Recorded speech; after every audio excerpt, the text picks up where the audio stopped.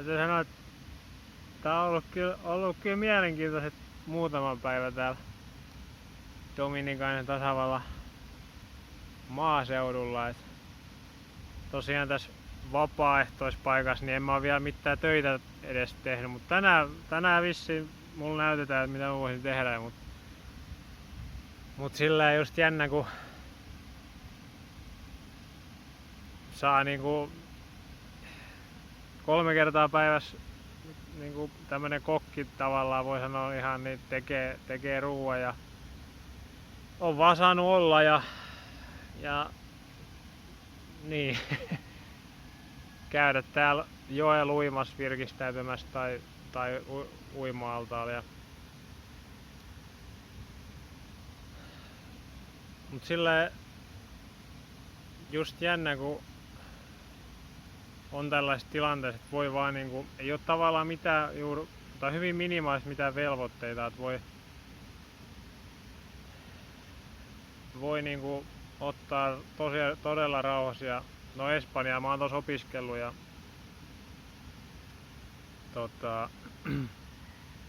mut se, et just mikä paikka niinku meditoida ja nyt ekan kerran tein täällä tommoista Qigong-harjoitet, mitä nyt en ookaan kevään jälkeen tehnyt, mut niin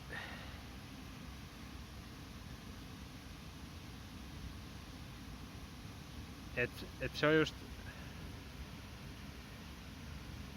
ja niin mä just mietin, että niinku kuinka vaikeet on tavallaan ollut odottaa ja vaan olla.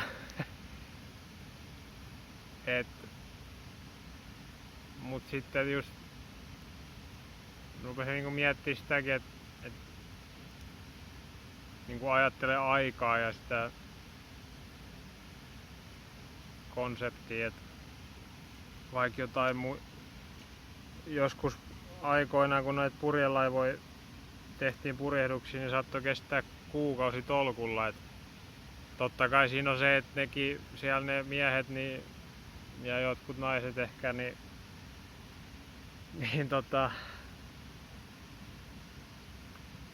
kyllähän ne siellä aina teki jotain töitä joka päivä periaatteessa, mut niinku vähän samanlainen semmonen, että ei saattanut näkyä niinku mitään muuta kuin merta ympäri kuukausi tolkulla ja että semmonen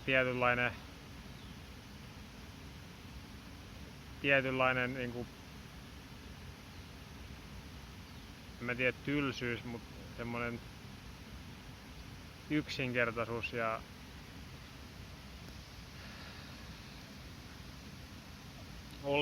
erilainen semmonen olemisen tila ehkä. Ja sit tuli mieleen, että mä en oo ite ollut, mutta oon vaan kuullut tämmösestä 10 päivää meditaatioretriiteistäkin, mitä järjestetään, että tää on vielä aika pientä itsellä niinku tää, että tavallaan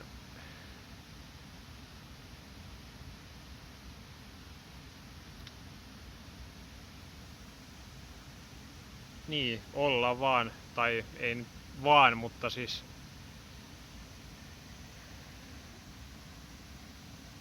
just se, että miten niinku sietää tavallaan sitä,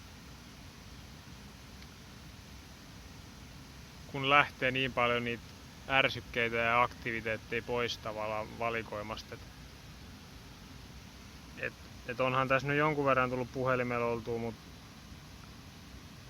en mä oo niinku en oo mitään musiikkia kuunnellut, en videoja kattonut.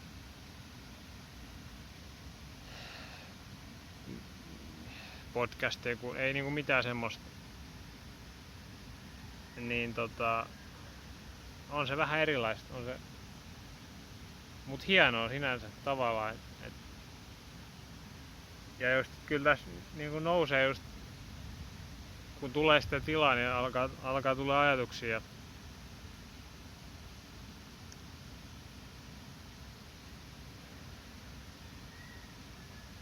Ja sekin niinku tuli mieleen, että tämmönenkin, siis ei nyt se välttämättä, että sä meet johonkin, matkustat jonnekin ja näin poispäin, mutta se, että sulla on vaan minimaalisesti velvoitteita ja sä voit niinku tavallaan, että tämmöisen tilanteen voisi niinku luoda, tai semmoisen tilanteen voisi melkein jokainen luoda tosi helposti, jos haluaisi. Mutta eihän niinku siis joksikin aikaa, vaikka viikoksi tai jotain, ja katsoo miltä se tuntuu, mitä siinä tapahtuisi ja näin, mutta tosi harvahan silleen niinku tekee, tai eihän sitä, siis se, siinä on myös se, että se on niin,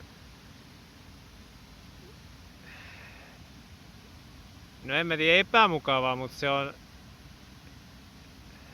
onhan se niinku, että niin. Sinne ei sinne niinku, eipä se tuu mieleen, että teenpä nyt tolleen, että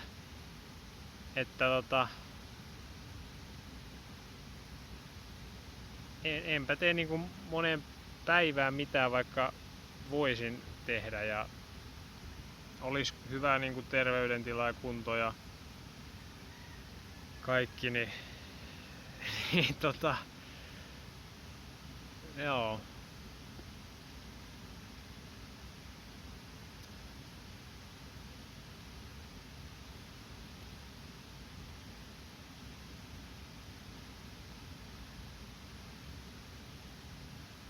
Semmosia ajatuksia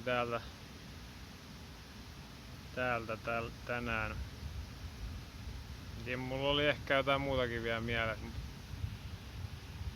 No, katsotaan, jos se jossain kohtaa sitten tulee jatkoa.